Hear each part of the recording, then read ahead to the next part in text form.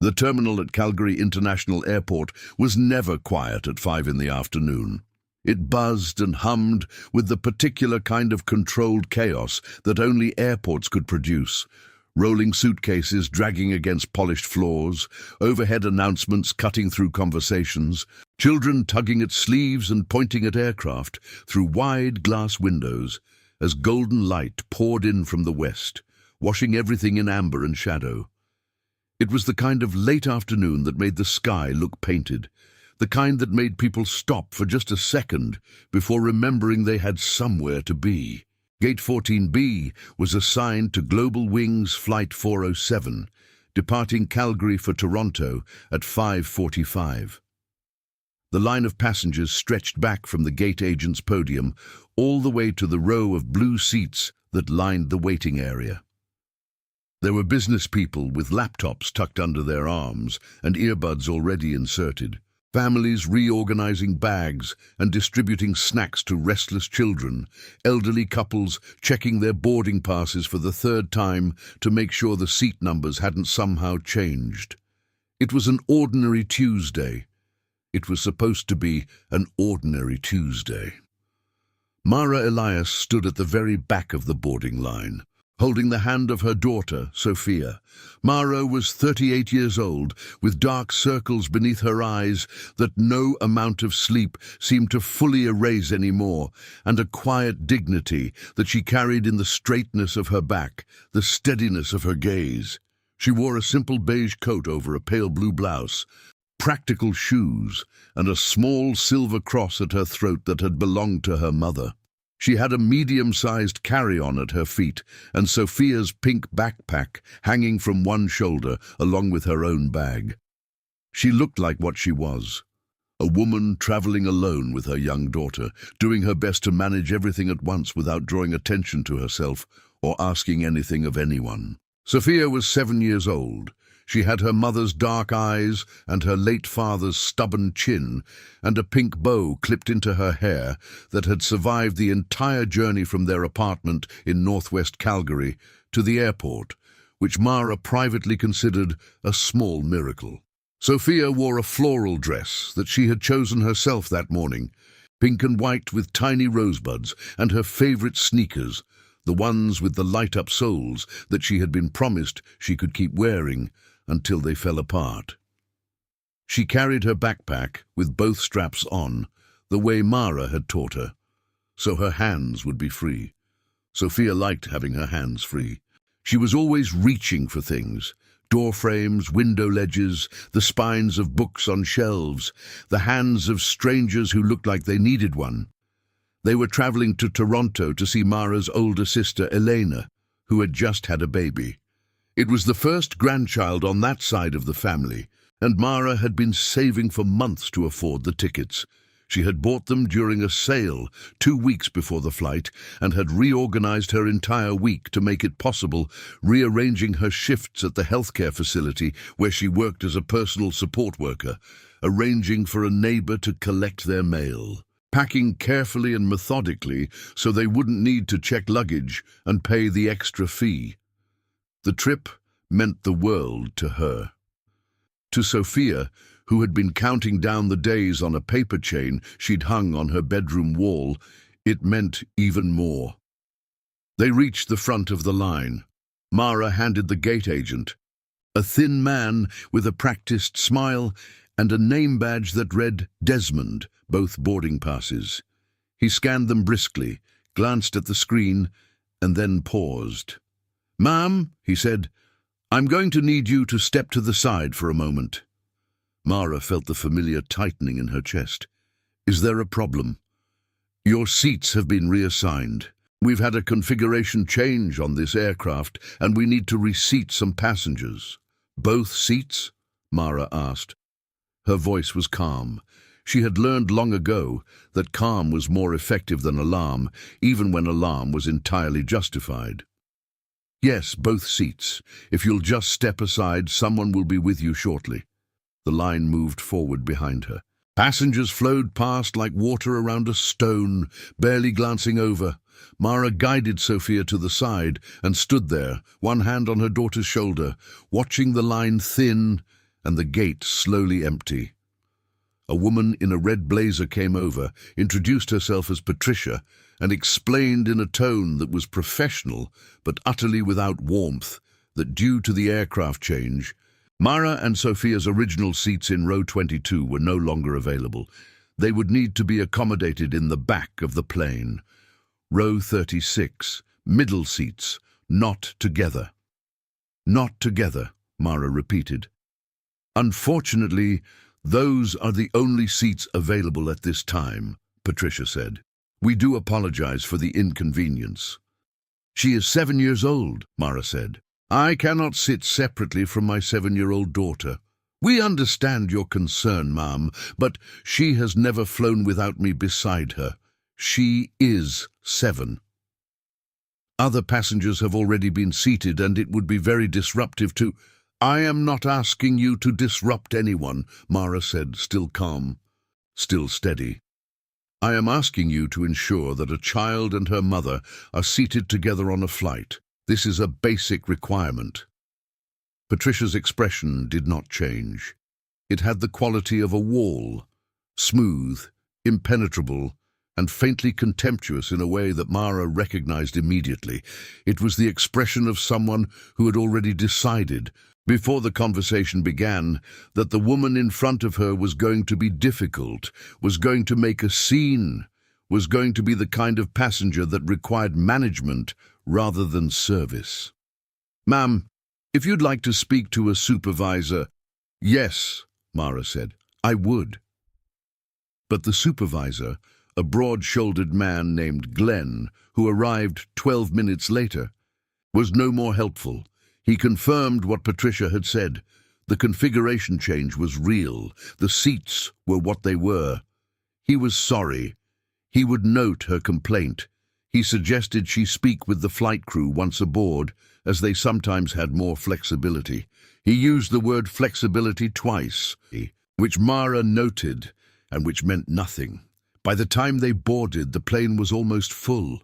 Mara walked Sophia down the aisle with a hand on her back, trying to keep her voice light, trying to make it an adventure, pointing out the little reading light above each seat and explaining that Sophia could press it herself if she wanted. Sophia listened and nodded, but her grip on her backpack straps had tightened, and she hadn't said anything since the gate, which was unusual for a child who narrated most of her waking life with the enthusiasm of a sports commentator.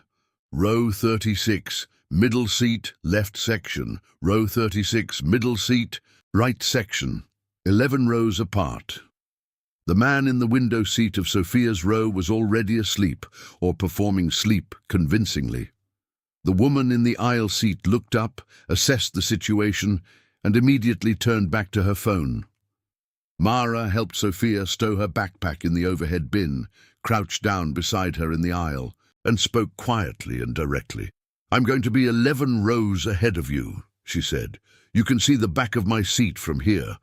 I will come check on you as soon as we are in the air and the seatbelt sign goes off. You are brave, and you are smart, and you will be absolutely fine. Sophia looked at her with those dark, serious eyes. What if I need you? You press the button above your seat. A flight attendant will come, and I will be 11 rows ahead. Okay, Sophia said. She said it the way children say okay when they mean something else entirely. Mara kissed her forehead, stood up, walked 11 rows forward, and sat in her assigned middle seat, between a man who was already eating chips from a bag and a woman who was reorganizing her purse with the focus of someone performing surgery. She buckled her seatbelt and stared straight ahead and pressed her hands flat against her thighs and breathed. The doors closed. The safety demonstration began. The plane pushed back from the gate, and then, from 11 rows back, came a sound that cut straight through the hum of the engines and the recorded voice explaining how to fasten a seatbelt.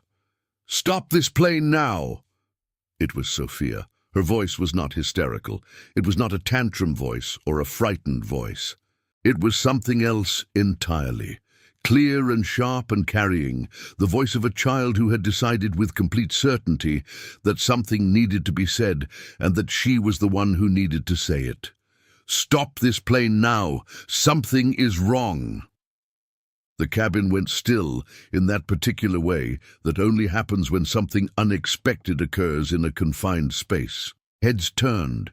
The man eating chips stopped mid-reach. The flight attendants, two of whom were still walking the aisle completing their checks, exchanged a glance. And from the front of the plane, through the still open cockpit door, came the sound of laughter.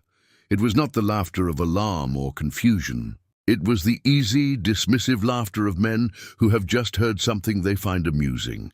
The laughter of two pilots who had looked up at the commotion, assessed the situation in approximately 1 second, and categorized it as a small child being theatrical.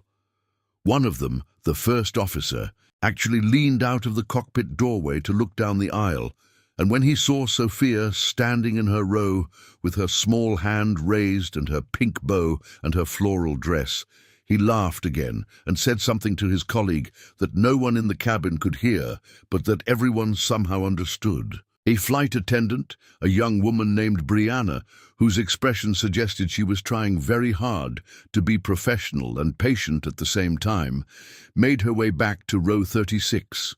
She crouched down beside Sophia's seat the same way Mara had, with the same intent of being eye-level and non-threatening.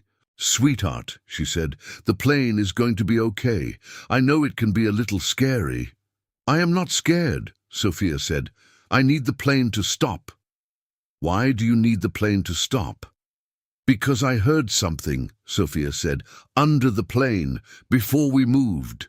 "A sound." Brianna looked up at the ceiling briefly, then back at Sophia with the careful expression of someone deciding how to handle this. "What kind of sound?" "A banging sound," Sophia said. 3 times, like something was hitting the metal. Brianna kept her expression steady. "Sometimes planes make sounds when they're getting ready to fly. It's completely normal. The ground crew loads the bags and It was after the bags," Sophia said. "It was after everyone left. It was when the door was closing 3 times, slow, like someone was doing it on purpose." There was a pause. Brianna held Sophia's gaze, and in that pause, something shifted in Brianna's expression. Something small and quick that most of the passengers around them probably didn't notice. But Mara, who had heard her daughter's voice and had already left her seat and was now standing in the aisle 4 rows back, despite the seatbelt sign still being illuminated, noticed it. She noticed it because she had spent 15 years as a caregiver, learning to read the faces of people who were trying to decide how seriously to take something. "Can you tell me exactly where the sound came from?" Brianna asked. Sophia pointed down. "Below, on the right side, near the back." Brianna stood up. She looked at Mara, who had now reached the row. They looked at each other for exactly 1 second. Then Brianna turned and walked quickly toward the cockpit. What happened next took 11 minutes. 11 minutes during which the plane sat motionless on the taxiway, while passengers checked their watches and sighed and speculated in low voices.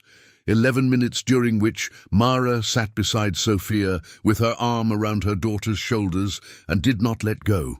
11 minutes during which the 2 pilots, who had laughed, climbed down from the cockpit and walked the full length of the aircraft to where Mara and Sophia were sitting, and crouched down in the aisle and asked Sophia to tell them exactly what she had heard. She told them. Same words, same details, same pointing finger, indicating the lower right-aft section of the aircraft. The older pilot, a grey-haired man named Captain Douglas Reeve, who had been flying for 26 years, looked at the younger one. A decision was made without words. They returned the plane to the gate. The ground crew inspected the lower right-aft cargo hold. And what they found there would be reported in 3 national newspapers by the following morning, would be discussed in aviation safety forums for weeks afterward, and would make 2 pilots feel something they had not expected to feel when a 7-year-old girl in a floral dress had told them to stop the plane. Shame. But that came later. First came the discovery, and the discovery changed everything. What the ground crew found in the lower right aft cargo hold of Global Wings Flight 407 upon returning to Gate 14B at Calgary International Airport on that ordinary Tuesday evening was a cargo door latch that had not fully engaged. Not broken, not yet, but not locked, sitting in a position that ground inspection had cleared because it appeared, visually, to be closed, but which would have, according to the aviation safety inspector who arrived on site within the hour, almost certainly failed at cruising altitude when the pressure differential between the sealed cabin and the outside atmosphere would have placed stress on the door that the partially engaged latch could not have withstood. Not certainly. Almost certainly. Aviation never deals in certainties. It deals in probabilities, in safety margins, in the careful management of risk. And the probability, as the inspector later explained in his report, was high enough that it warranted the grounding of the aircraft, a full inspection of the latch mechanism, and a mandatory review of the ground crew's pre-departure checklist procedures. The plane did not fly that night. Neither did any of its 212 passengers, who were escorted back through the jet bridge and into the terminal, where Global Wing staff set about the business of rebooking, accommodating and managing what the airline's internal communications would later refer to as a significant service disruption. But in the terminal, as passengers milled about and checked their phones and queued at the service desk and expressed their frustration in the various ways that delayed travelers express frustration, something else was happening, something slower and more important. It moved through the crowd the way true things sometimes move, not loudly, not with fanfare, but with the quiet insistence of something that needs to be known. People were talking about the girl. The little girl in the pink bow who had stood up on a taxiing aircraft and shouted for the plane to stop. The little girl who had heard something that the ground crew had not heard, or had heard and not reported, or had heard and not known what it meant. The little girl who had been separated from her mother by an airline that could not find 2 adjacent seats for a woman and her 7-year-old child, and who had, despite being alone in her row, despite being frightened in the particular silent way that Sophia was frightened, with tight backpack straps and a still face and no words, despite all of that, had listened to the world around her with more careful attention than any of the adults who were supposed to be responsible for her safety. Mara sat with Sophia in a row of blue seats near the windows as the terminal filled back up around them. She had bought Sophia a hot chocolate from the coffee kiosk near the gate. It was the first thing she'd done when they returned to the terminal, walking straight past the service desk and the cluster of airline staff and the 2 pilots who were standing near the gate podium being debriefed by a man in a suit. She had bought hot chocolate because Sophia had been brave and steady, and because Mara knew that the decompression after bravery often looked like needing something warm and sweet to hold on to. Sophia sat beside her mother with both hands around the paper cup, watching the activity at the gate with the calm, observant expression that was so characteristic of her. She had not cried. She had not asked for explanation or praise or acknowledgement. She had done what she believed needed to be done, and now she was drinking hot chocolate and watching the world sort itself out. But Mara was watching something else. She was watching the 2 pilots. Captain Douglas Reeve and his first officer, a younger man named Carter Hayes, were still standing near the gate podium. The man in the suit, who turned out to be the airline's regional operations director, a position that apparently required being on call and arriving at airports within 40 minutes when something went wrong, was speaking to them with the controlled energy of someone delivering information that is both serious and sensitive. The pilots were listening. They were not laughing now. Reeve glanced up at one point, and his eyes moved across the terminal and landed on Mara and Sophia. He held the gaze for a moment. Mara held it back. Neither of them looked away first. The gaze simply ended when Reeve's attention was required elsewhere, pulled back by something the operations director was saying. But in that moment, Mara felt something shift. Not satisfaction, not triumph, Those would have been too simple for what she was feeling. It was something more complex and more exhausting than either of those things. It was the particular emotional weight that comes from being proved right about something you desperately wished you'd been wrong about. The relief of safety was real. The anger at what it had taken to achieve that safety, the public shouting, the disruption, the spectacle of a child standing up in a moving aircraft, that was real too. And underneath both of those was something older and tireder, something that Mara had been carrying for years in ways she rarely articulated even to herself. The knowledge that she and Sophia had not been seen, not until Sophia made herself impossible to ignore. And even then, the first response had been laughter. She took a long, slow breath and drank her own coffee, which had gone lukewarm, and put her arm around her daughter and waited. She was very good at waiting. The Global Wing service desk was staffed by 3 agents and a supervisor when Mara finally joined the rebooking queue, 40 minutes after the plane had returned to the gate. Sophia was beside her, no longer holding the now empty hot chocolate cup, but still carrying the quiet steadiness that seemed, in Mara's daughter, to be less a temperamental trait than a philosophical position. The line moved slowly. There were frustrated passengers ahead of them, some vocal about their frustration, and some expressing it through the specific kind of silence that is louder than speech. When Mara reached the desk, the agent, a young woman with tired eyes and the careful diction of someone working through her 10th difficult interaction of the hour, confirmed that all passengers from Flight 407 would be rebooked on the first available service to Toronto, which would be the following morning at 7:15. Hotel accommodation and meal vouchers would be provided. She began typing before Mara had a chance to respond. "I need our seats together," Mara said. "My daughter and I were separated on the original flight. I need to make sure it doesn't happen again." The agent paused her typing. "I understand, ma'am. I'll do my best." "Not your best," Mara said. "I need a confirmation. She is 7 years old, and she cannot sit separately from me. This should not have happened on the original booking, and it cannot happen on the rebooking."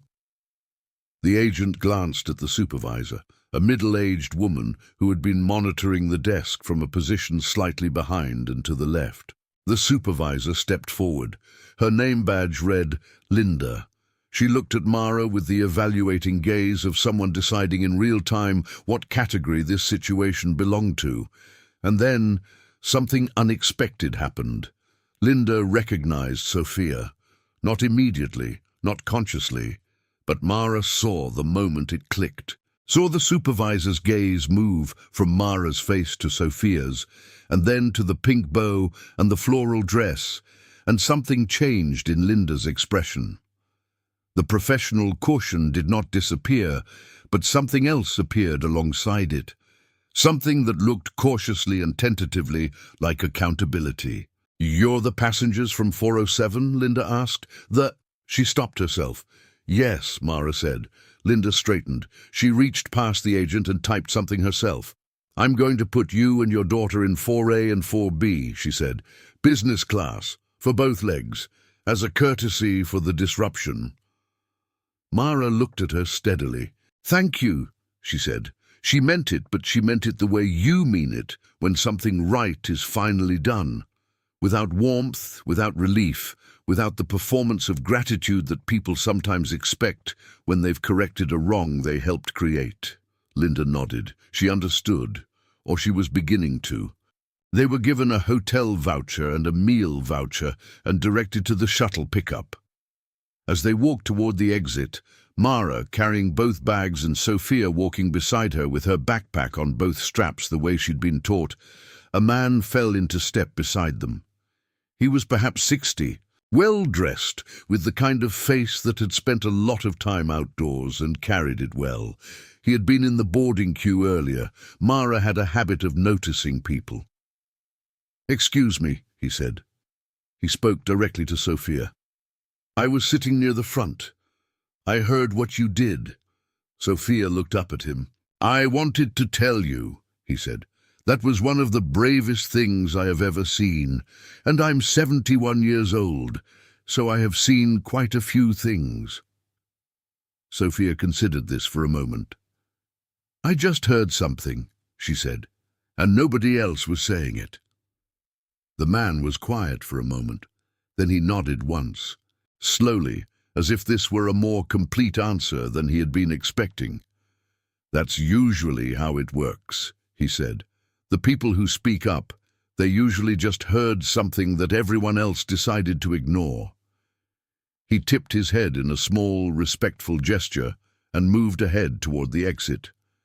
Mara watched him go. She felt, for the first time since the afternoon had begun its unexpected unraveling, the prick of something behind her eyes that she refused to let become tears. Not here. Not yet. She shifted the bags on her shoulder, felt the familiar ache of muscles that spent most of their days carrying weight for other people, and looked down at her daughter. "You did very well today," she said. Sophia looked up at her. "Are we still going to see the baby?" "Tomorrow morning," Mara said. 7:15. "Okay," Sophia said, and she reached up and took her mother's hand, and they walked out into the evening, where the Calgary sky had turned the particular deep blue that comes just after the last of the sunset has burned out, and the airport lights had come on, and the air was cool and smelled faintly of jet fuel and the distant mountains. Behind them, inside the terminal, a conversation was beginning that would last far longer than a single evening. But Mara and Sophia did not know that yet.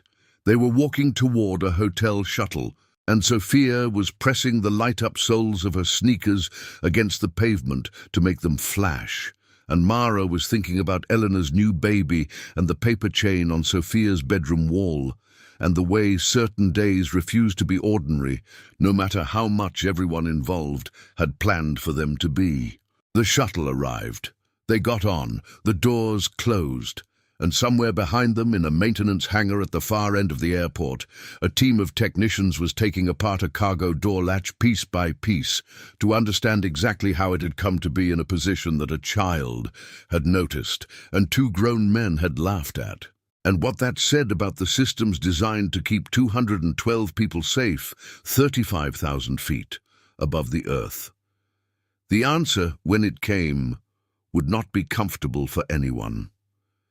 But answers rarely are, when the question begins with the word why, and ends with the image of a small girl in a pink bow pointing at the ground and saying, "Something is wrong."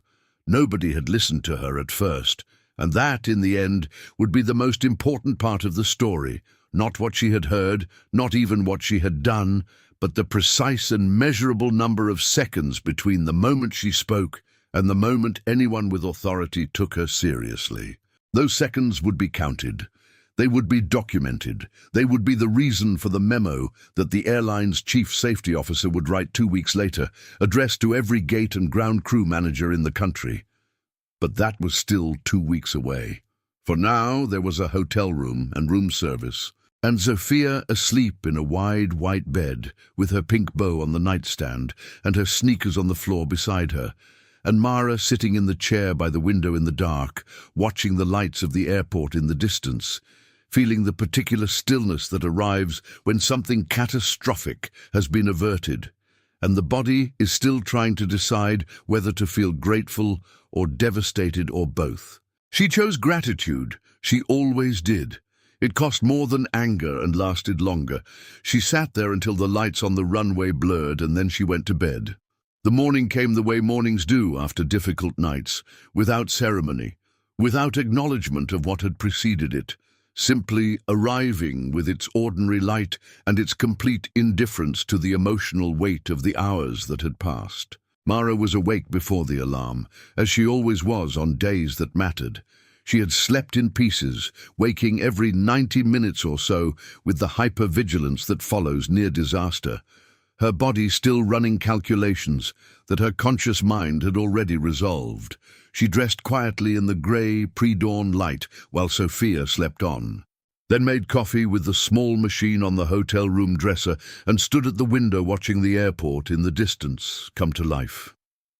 Ground vehicles moved between aircraft. Navigation lights blinked steady and red against the lightening sky. It was 5:20 in the morning, and Calgary was cold and clear, the mountains invisible in the darkness to the west, but present in the way that things you know exist are always present, regardless of whether you can see them. She thought about calling Elena. She had texted the night before. A brief message explaining the delay, withholding the details she knew would set her sister into 45 minutes of controlled anxiety. Elena was 3 years older and had spent most of those years believing it was her responsibility to carry the worry for both of them. Mara loved her for it. She would tell her everything when they arrived, face to face with Elena's new baby in someone's arms, with the particular softening that newborns create in any room they inhabit.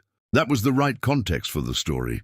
She heard Sophia shift on the bed behind her, a small sound, the sound of a child beginning to surface from sleep, then quiet again.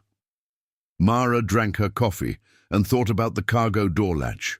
A latch, a door, a pressure differential at altitude that would have placed extraordinary stress on a partially engaged mechanism. She had looked it up after Sophia fell asleep, read about the specific failure mode, what it meant in historical incidents.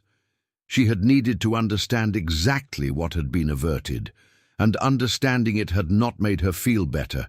It had made her feel the full weight of what had almost happened, which was different from fear and more useful. She had set the phone down and looked at her daughter sleeping and permitted herself exactly 60 seconds of the gratitude that has no words, the kind that lives in the chest and behind the eyes and refuses articulation because language would make it smaller than it is. 60 seconds.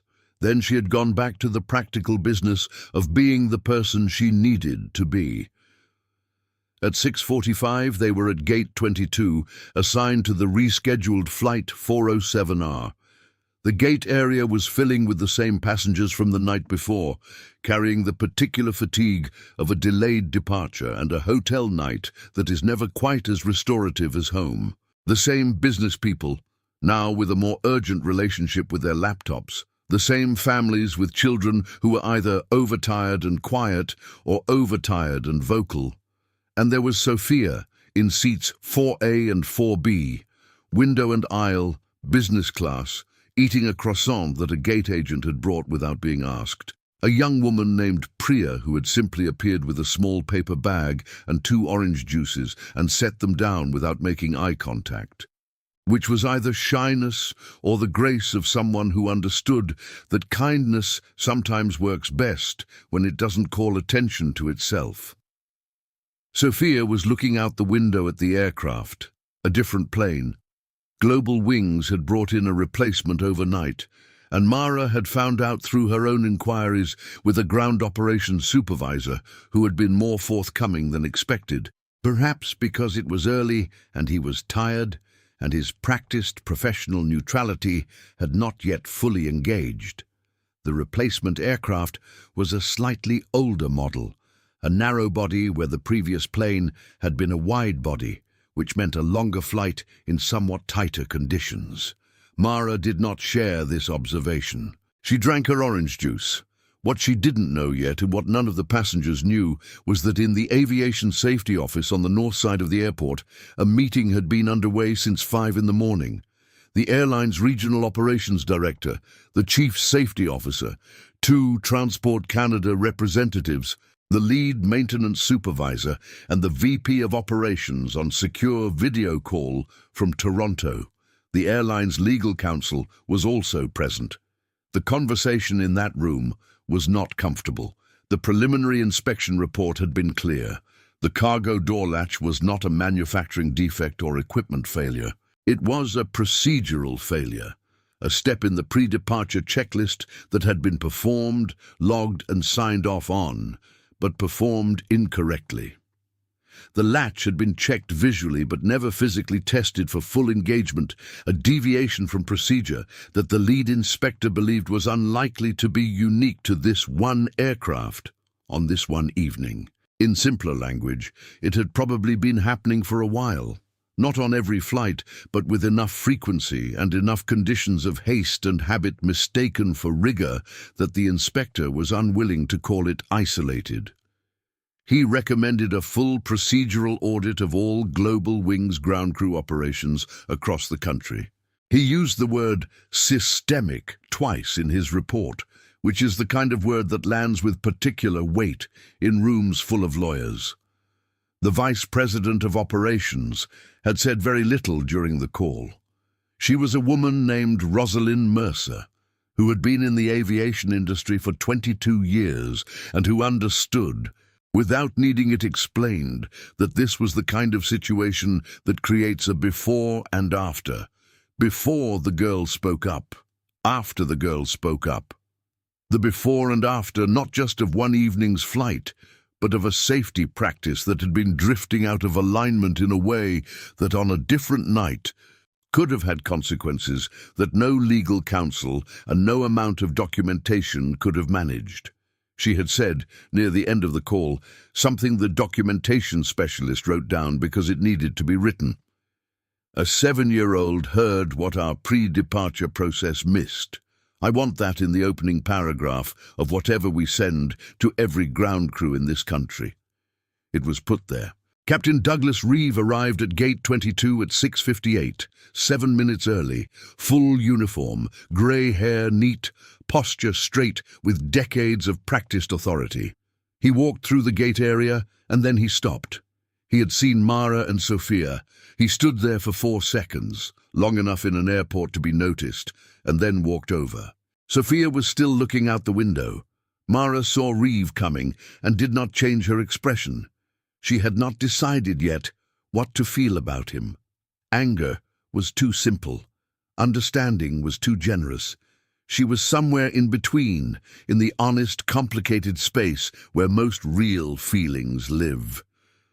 Reeve stopped at a respectful distance. He addressed Sophia first, which was the right instinct and which Mara noted without comment. "Sophia," he said. Sophia turned from the window. She looked at him with the calm, direct gaze that she had apparently been born with and that had been, Mara reflected, both a gift and a complication in equal measure throughout her daughter's short life. "I owe you an apology," Reeve said, "and I want to give it to you properly because you've earned that. When you said what you said on the plane last night, my first reaction was not the right one. I did not take you seriously immediately, the way I should have. You were correct about what you heard, and you were brave to say it, and I laughed when I should have listened. I am sorry." Sophia looked at him for a moment. The expression on her face was not the expression of a child receiving an apology from an adult. It was more like the expression of someone taking an inventory, noting what was there, checking it against what was needed, making a quiet assessment. "Did you find what was wrong?" she asked. "We did," Reeve said. "Is it fixed?" "It is being fixed. We're using a different plane today." Sophia nodded once. "Okay," she said. She turned back to the window. Reeve looked at Mara. The conversation was not over. Mara could see him deciding how to continue it, and she gave him the space to continue it without making it easier for him. She was not unkind about it, but she was honest, which sometimes amounts to the same thing in practice. "I owe you an apology as well," he said. "You were separated from your daughter. That should not have happened. When I saw the two of you in the terminal, at the gate when she called out, I understood what the situation was, and I still—" He paused. "I still didn't respond the way I should have." Mara looked at him steadily. "Captain Reeve," she said, "I have worked in healthcare for 15 years. I have spent 15 years being the person who does the work that keeps things running and being treated as if the work is invisible until something goes wrong. I know what it means to be looked past. My daughter was separated from me on that flight, not because there were no other options, but because the people making the decision did not look at the two of us and see an obvious problem. They saw an inconvenience. That is not a complaint about you specifically, but it is the context in which my daughter stood up on your aircraft and shouted. Reeve was quiet for a moment. That's a fair thing to say, he said. I know, Mara said. Another silence. Then Reeve reached into his uniform jacket and produced a small envelope. He set it on the armrest beside Mara. From the airline, he said, an official letter and something else. A request, actually. The safety team would like to speak with Sophia, with your permission. Informally this afternoon, if possible, or whenever is convenient for your family. They'd like to document what she heard and when and how. For their records, it matters for the process review. Mara looked at the envelope. We're going to Toronto today, she said. I know. They can do it by phone or video call, whenever works. There's no pressure and no obligation. Mara picked up the envelope. She didn't open it. I'll think about it, she said. Reeve nodded. He started to turn away, then stopped. He looked at Sophia again, who was still watching the plane through the window, pressing one small finger against the glass to trace the line of the wing. She's remarkable, he said quietly. Not to Sophia, to Mara. I know, Mara said, and this time there was something different in her voice, not the measured flatness of someone delivering an honest statement, but something warmer and deeper and more complicated, the voice of a mother speaking about a child she has not yet fully figured out how to protect in a world that is often too quick to look past both of them. Reeve left. The gate area continued to fill.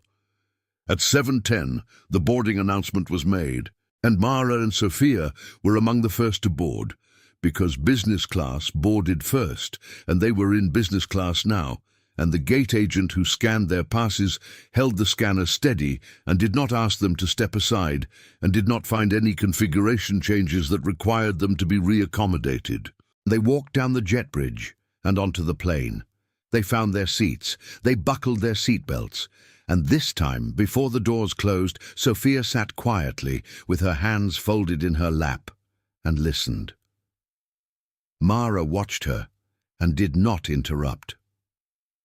Sophia's eyes moved slowly around the cabin, checking the overhead bins, the emergency exits, the faces of the flight attendants. Her gaze was not anxious. It was attentive, which is a different thing. Attentiveness being a form of respect for the world rather than a form of fear of it. The doors closed. The engines began their low, building hum. Sophia turned to her mother. I don't hear anything, she said. Good, Mara said. I'll keep listening, Sophia said. I know you will, Mara said. The plane taxied to the runway with the unhurried confidence of a system doing what it was designed to do when everything within it is functioning as it should. The engines rose to their pre-departure pitch, that sustained climbing note that experienced travelers stop noticing and inexperienced ones find either thrilling or terrifying. The aircraft accelerated down the runway, the terminal windows blurring past, the tarmac giving way to the particular moment of weightlessness that happens when the wheels leave the ground and the plane commits itself to air. Sophia pressed her face against the window. Below them, Calgary spread out in the morning light, the grid of streets, the office towers downtown catching the early sun, the river curving south, and to the west, suddenly visible as they climbed, the Rockies, vast and white and indifferent and entirely beautiful, the way things are beautiful when they are simply being what they are, without trying to be anything else. Mom, Sophia said, the mountains. I see them, Mara said. They were at cruising altitude within 20 minutes. The seatbelt sign went off. A flight attendant appeared with a warm breakfast service, eggs and fruit and warm rolls and coffee for Mara and hot chocolate for Sophia, who had not asked for it, but who accepted it with the particular grace of a child who has learned that small pleasures are worth accepting when they arrive. Mara opened the envelope Reeve had given her. Inside was a letter on Global Wings official stationery, signed by the airline's regional VP of Customer Experience, expressing the airline's sincere apology for the disruption and the separation of a minor passenger from her guardian, acknowledging that the outcome had not met the airline's service standards, and confirming a full refund of both original tickets along with travel vouchers for future use. The language was careful and corporate and had clearly been drafted by someone who understood both the legal dimensions of the situation and the human ones. There was also a handwritten note on a smaller card. No airline letterhead, no formal language. It said, "What your daughter did last night will matter for a very long time. Thank you for raising her the way you did." It was signed R. Mercer, which meant nothing to Mara at that moment, though she would learn 2 days later, when the story ran in the Globe and Mail under the headline, "Girl 7 alerts pilots to faulty cargo door on Calgary flight," that Rosalind Mercer was the Vice President of Operations for Global Wings Airlines. She folded the note carefully and put it back in the envelope, and put the envelope in the front pocket of her carry-on. She would show it to Elena. She would keep it, though she was not yet sure why, except that certain things deserved to be kept, not as trophies or evidence, but as reminders of the moments when the world, however briefly and however belatedly, turned to look at someone it had been looking past and acknowledged what it had missed. Beside her, Sophia had finished her hot chocolate and was drawing in the small notebook she always kept in her backpack. Careful, detailed drawings of the things she observed, a habit she had developed on her own at age 5, and which Mara had never done anything to discourage. She was drawing the mountains, getting the shape of them right, the way they rose and broke and rose again, the particular unevenness that made them real rather than the idealized triangles of children's drawings. Mara watched her draw. The story that ran in the Globe and Mail 2 days later was the first of 4. The second ran in the Toronto Star. The third was a feature in a national aviation magazine on the procedural audit Transport Canada had initiated. The fourth was in a small community newspaper in northwest Calgary, the only piece Mara had agreed to be interviewed for, because the reporter had grown up 2 streets from where she lived and had known the family for years. That piece was careful and honest and focused not on the near disaster, but on what had preceded it: the seat separation, the dismissal, the laughter, the 11 minutes between a child's warning and an adult's decision to take her seriously. That piece was the one that circulated most widely online. Not immediately, but within a week, it was being shared in parenting communities and aviation forums, and in the particular spaces where people pass along stories that confirm what they have long believed about how the world treats certain people. Mara did not read the articles. She had learned, over many years and in many contexts, that the things written about you are rarely the conversation you actually need to be having. The conversation she needed to be having happened 11 days after the flight, in a meeting room in the Global Wings regional offices in Calgary, where Mara had been invited to provide a first-person account alongside representatives from Transport Canada, the airline's chief safety officer, and the HR consultant conducting the procedural audit. She had been asked to speak honestly about the human sequence of events, from the gate separation through the boarding and the response to Sophia's warning. She had done so, without performance and without bitterness. In the same measured way she had spoken to everyone else involved in the hours and days before. She described standing at the side of the boarding line while the plane filled and someone told her they were doing their best. She described asking for Sophia to sit beside her and being told it would be disruptive. She described the specific quality of the dismissal, not aggressive, not deliberate, but the dismissal of someone who had already decided that the woman in front of her was a problem to be managed rather than a person with a legitimate need. She described Sophia's face when she told her to be brave in row 36. She described the laughter. The room was quiet in a particular way after that. It was the quiet of people who are sitting with something they cannot immediately resolve. Not guilt, exactly, because most of the people in that room had not been present at Gate 14B and were not personally responsible for what had occurred there. But something adjacent to guilt, the discomfort of recognizing a pattern in a specific incident that they were now professionally obligated to address. The chief safety officer, a careful and precise woman named Dr. Anita Voss, asked Mara if she was aware that the procedural audit had been expanded from ground crew pre-departure procedures to include a review of gate agent protocols for passenger accommodation, specifically as they related to minors traveling with guardians. Mara said she had not been aware of that.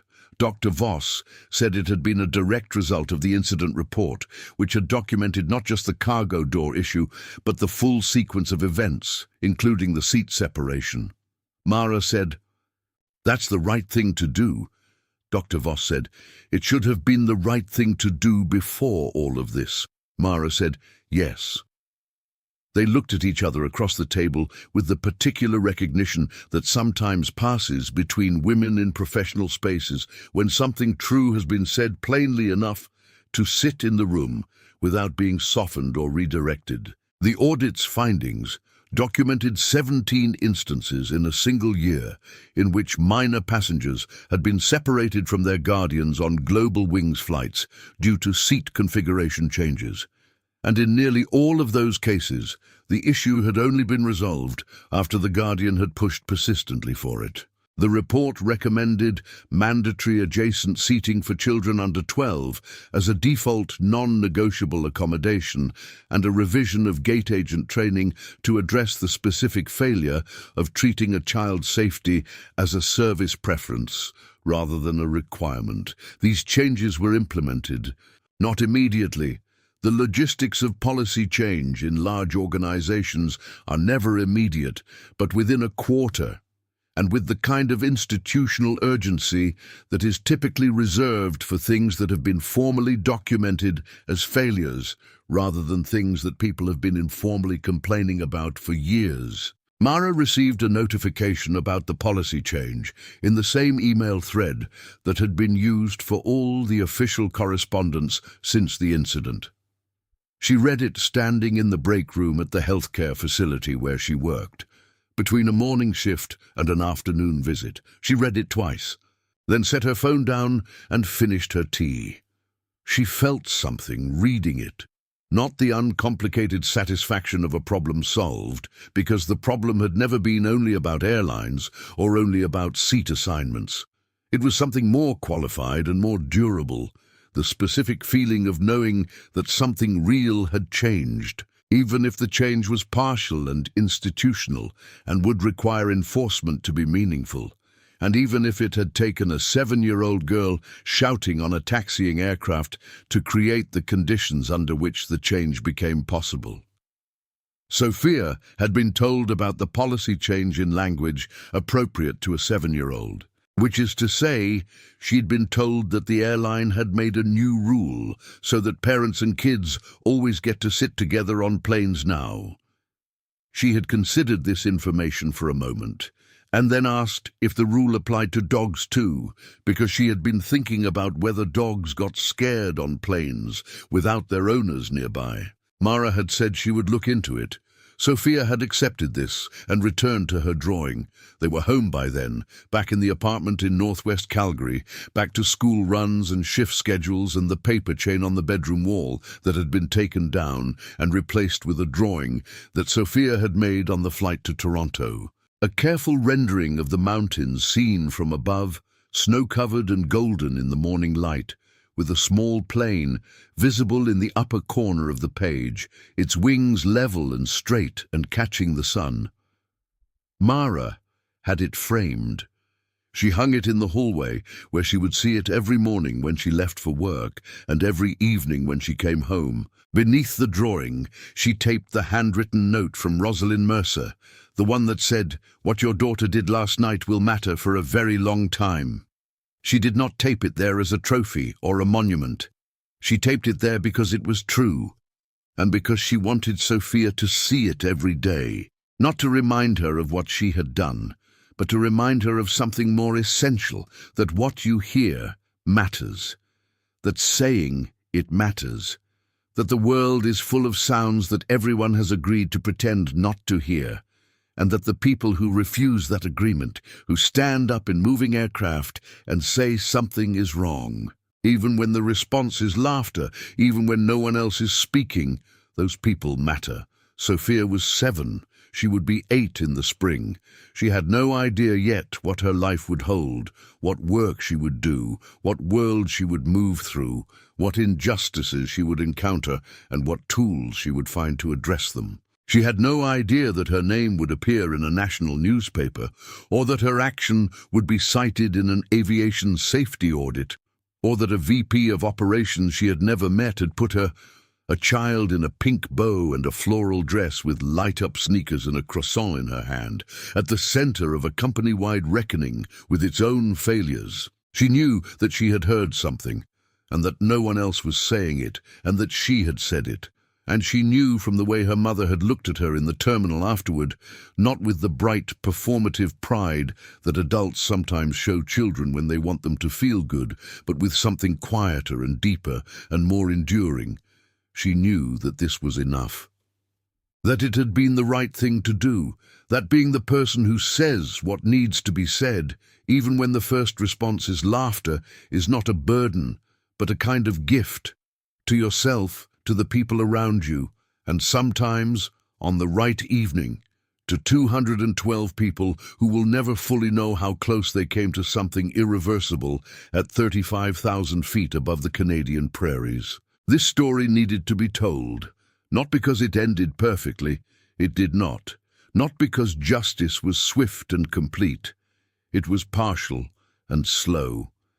But because a mother and her daughter sat in row 36 of a plane they had not chosen, and an economy they had not designed, and one of them listened harder than everyone else, and one of them raised her, and together they changed something. That is how most things actually change, not through spectacle or accident, but through the accumulation of moments when someone refuses to accept that what they heard does not matter. Listen to the children who point at the floor and say something is wrong. They are usually right, and the people who dismiss them, who laugh, who look past them, who manage them rather than hear them, they are not villains in most cases. They are simply people who stopped listening, or who never learned how, or who learned early and forgot. It is not too late to learn again. Stories like this one don't make the headlines they deserve.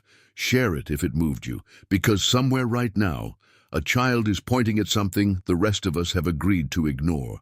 And what happens next depends entirely on whether anyone decides to stop and listen.